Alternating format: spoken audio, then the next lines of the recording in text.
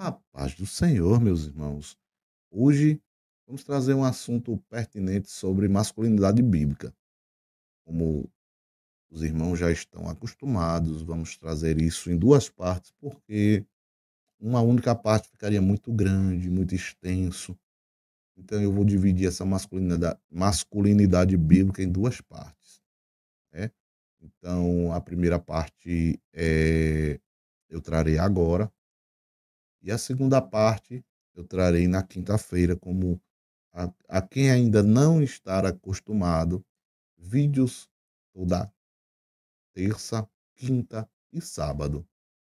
Então, como de costume, antes de iniciarmos esse estudo, oremos para que o Senhor nos direcione, Ele nos mostre as melhores formas de fazermos esse estudo.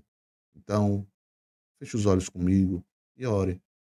Senhor meu Deus, mais uma vez nos colocamos diante da tua gloriosa presença, meu Pai, para te pedir direcionamento a partir desse estudo, te pedir que aqueles que lá do outro lado estão escutando, escutem de coração aberto, que possam aprender um pouco mais sobre a tua palavra, que possam entender sobre o que é ser masculino biblicamente, que eles entendam que ser másculo não é ser agressivo, não é ser grosso, não é ser insensível, mas é tomar posição, é guiar aqueles a quem ele tem que guiar, é se sacrificar pela tua família e guiá-las na tua presença, meu Pai.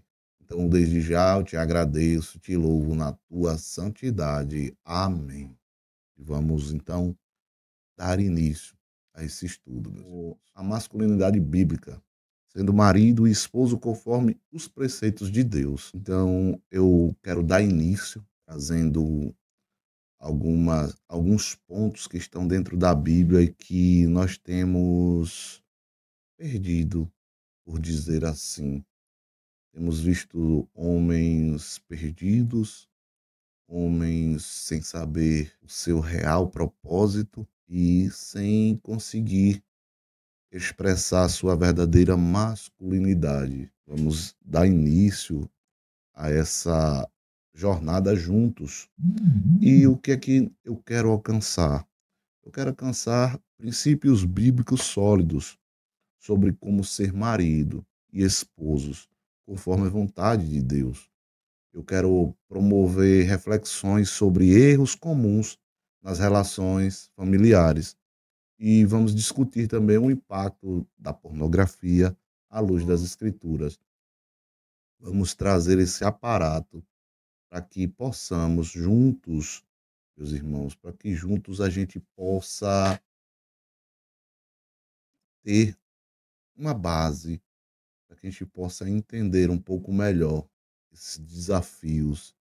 Então, eu quero iniciar com o chamado divino ao homem, que está lá em 1 Timóteo 3:5. Tá aqui o slide, eu vou sempre estar colocando, eu vou estar colocando o slide. Então, como alguém cuidará da igreja de Deus, se não sabe governar a sua própria casa?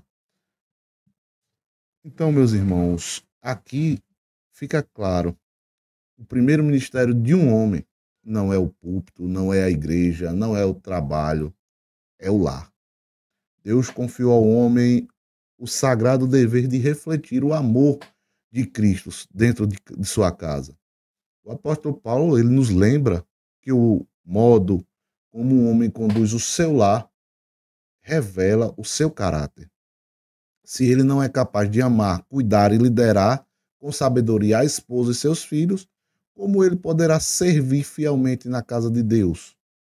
Então, o espelho, o homem e seu casamento é o espelho espiritual. Ele vai demonstrar, ele vai deixar perpassar para os outros o que está dentro da sua casa. O que você faz com a mulher que Deus colocou ao seu lado. E aí isso vai revelar o que você faria com a igreja, que é a noiva de Cristo. Então, mais uma vez, Efésios 3:5-25 vai falar: maridos, amem suas esposas, assim como Cristo amou a igreja e entregou-se por ela. Então, isso vai demonstrar esse esse amor. Cristo, ele amou até a morte. E nós muitas vezes amamos apenas até que nos contrarie. Essa é a primeira verdade que precisamos encarar com arrependimento. Nossa falta de amor sacrificial. Sim, temos amado até a primeira divergência, até o primeiro embate, até a primeiro ponto de vista diferente. Então, nós temos visto homens cheios de si, mas vazios de Deus, presentes no corpo, mas ausentes na sua alma. Líderes lá na rua, porém mais omissos dentro de casa. Então, o casamento, ele é um reflexo do caráter do homem. A vitalidade do casamento de um homem diz muito sobre quem ele é. E aí, em Provérbios 18, 22, em Provérbios 18, 22, vai falar: quem acha uma esposa, acha algo excelente, recebeu uma bênção do Senhor. Então, meus irmãos, aqui a gente vê que muitos, eles tratam a bênção como peso e a aliança como algema. Muitos têm se relacionado e tratado essa bênção como um peso em sua vida, como um atraso, e essa aliança, que deve ser um compromisso mútuo, como uma algema. Mas maridos que gritam, humilham e esquecem que foram chamados para cuidar e nutrir. Então, como está lá em 1 Pedro 3,7, aí a gente vai lá para 1 Pedro 3,7, que fala que da mesma forma maridos sejam sábios no convívio com suas mulheres e tratem-na com honra, como parte mais frágil e coerdeira do dom da graça da vida, de forma que não sejam interrompidas as suas orações. Então, aqui vemos que até as nossas orações serão interrompidas a partir do momento que não tratamos as nossas mulheres com graça, como coerdeiras do dom da vida. Então, a Bíblia é clara: um marido que maltrata a sua esposa, ele tem até as suas orações impedidas. Quantas orações, agora eu pergunto a vocês, quantas orações estão sendo bloqueadas nos céus por causa da dureza dos nossos corações?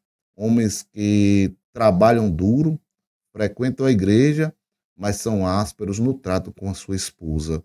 Homens que querem ser respeitados, desculpe, mas não são exemplos de amor. A verdadeira masculinidade não se prova pela força física, mas pela capacidade de amar com mansidão e firmeza. Entendam.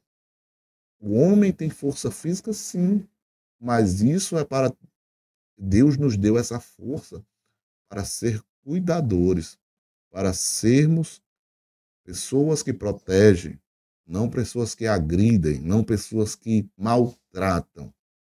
Então, a esposa piedosa é o maior testemunho do caráter de um homem, entendeu? Se sua esposa, uma esposa bem tratada, uma esposa piedosa, uma esposa que está ali ciente de você, ela demonstra na sociedade quão o marido a ama. Então, esse é o maior testemunho de um homem. E a ordem das prioridades é que é Deus, esposa e filhos. Muitos homens invertem as prioridades divinas. Muitos têm invertido essas prioridades, colocam os filhos, o ministério, o trabalho acima da sua esposa. Mas a Bíblia, ela é bem clara, né? Ela vai falar lá em Efésios 5:28, que quem ama a sua esposa ama a si mesmo. O teólogo Andres Kotmer, ele em Deus, no livro Em Deus, Casamento e Família, ele ensina que a ordem correta é Deus em primeiro lugar, a esposa em segundo lugar e os filhos em terceiro lugar. Quando essa ordem ela é quebrada, o lar ele entra em uma desordem. O homem espiritualmente fraco, muitas vezes, é resultado de um casamento desestruturado. E casamentos desestruturados, eles são frutos de homens que abandonam o altar. E então, se você quer restaurar o seu casamento, volte ao altar.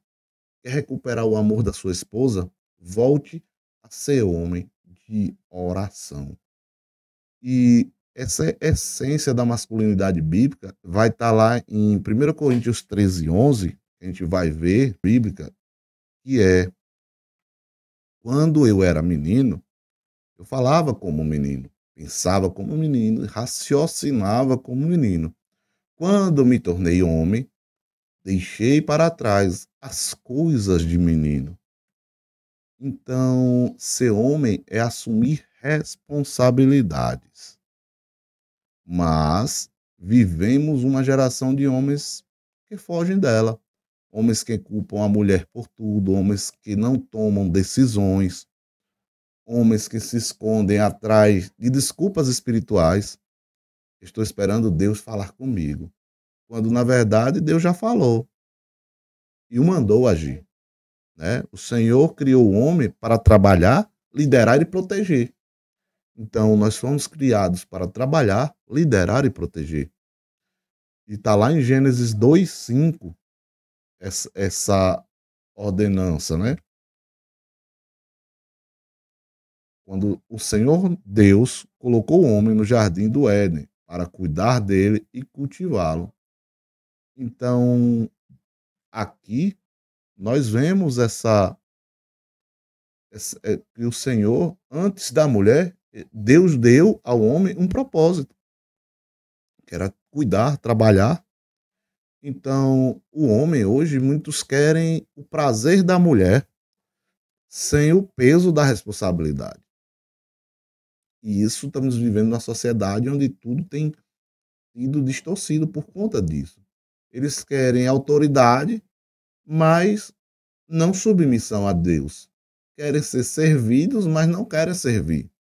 E a verdadeira masculinidade, ela não se mede por quantos obedecem a você, mas por quantos você guia em amor e integridade. Pois a questão, na verdade, o líder, ele não é aquele que lidera pelo falar, ele lidera pelas ações. As pessoas o seguem porque veem nele um exemplo de ações que elas queriam também ter. Então é isso. O homem, ele, como líder espiritual do lar, que está lá em 1 Coríntios 11, verso 3. E assim, só para lembrar, meus irmãos, só para lembrar, abram as Bíblias comigo. Eu estou colocando os slides para facilitar na hora da gravação, porque fica mais dinâmico. Mas abram as Bíblias comigo. Então, 1 Coríntios 11:3. Quero, porém, que saibam que Cristo é o cabeça de todo o homem, e o homem é o cabeça da mulher, e Deus é o cabeça de Cristo. Então, aqui nós vemos essa ordem. Ser cabeça não é dominar, é guiar com amor e sacrifício. Cristo, ele não dominou. Cristo, ele é um modelo desse amor e sacrifício. Ele não oprimiu a igreja, ele se entregou por ela. Então, não oprimam suas esposas. Sua esposa, não, ela não precisa de um tirano, ela precisa de um sacerdote. Seus filhos não precisam de um provedor apenas, mas de um intercessor. Você foi chamado para ser sacerdote do seu lar, aquele que se coloca entre o pecado da casa e a graça de Deus. Como Cristo se colocou, ele assumiu os nossos pecados por nós. Você, como líder, como sacerdote da tua casa, você assume os pecados da tua casa. Não joga a responsabilidade para cima dos outros. Você é o responsável por tudo que acontece na sua casa. Ah, mas eu não sou responsável pelo. Você é. A sua casa é sua responsabilidade. Assuma as suas responsabilidades. Então, em Levítico 16:11, a gente vai ver lá em Levítico 16:11 que o sacerdote ele tomará o incensário e fará expiação por si mesmo e pela sua casa. Entendeu aqui? O marido que ora por a esposa atrai a presença de Deus para dentro de casa. Mas o marido que se cala espiritualmente, abre brechas para o inimigo, eh, esse homem, o diabo não teme a força do seu braço, mas ele teme a autoridade do seu joelho dobrado. Entendam isso. A sua força não é nada para o diabo, mas a sua autoridade diante de um joelho dobrado, de um coração quebrantado, de um homem que assume o papel de sacerdote dentro do teu lar, isso sim o amedronta. E a herança espiritual de um homem de Deus, essa masculinidade bíblica que eu tenho dito aqui, é medida por conquistas materiais, mas ela não é medida por conquistas materiais, mas ela é medida por um legado espiritual, que vemos lá em Provérbios 20, verso 7, que vai falar que o justo leva uma vida íntegra, como são felizes os seus filhos. Você está me entendendo? Como são felizes os seus filhos. Em Provérbios 20, verso 7, vai dizer que o homem justo, que leva uma vida íntegra, os filhos deles são felizes. O homem que teme ao Senhor planta sementes eternas. Sua esposa floresce sob sua liderança e seus filhos aprendem o caminho da fé. Mas o homem carnal, ele deixa rastros de destruição, filhos feridos, esposas frustradas de uma fé apagada. Como nós temos visto muito isso na nossa sociedade. Famílias destruídas, esposas, mulheres arrasadas, destroçadas, tanto física como espiritualmente, como mentalmente. E nós vemos lá que Abraão ele foi chamado amigo de Deus, porque ensinou sua casa a andar nos caminhos do Senhor. José, mesmo em meio à injustiça, ele permaneceu íntegro e salvou a sua família. Davi, apesar das suas falhas, ele foi chamado homem segundo o coração de Deus. Por quê? Ele se arrependia quando errava. A masculinidade bíblica, que aqui nós discutimos, ela não é perfeição, é arrependimento contínuo, meus irmãos. Então entenda, quando errar, se arrependa. Quando é, é, peça desculpas quando fizer algo errado, não é demérito nenhum, porque muitos homens não sabem pedir desculpas. Aprenda a pedir desculpa, pois o homem de Deus, ele não é aquele que nunca cai, mas é aquele que se levanta, se humilha e volta para o Senhor.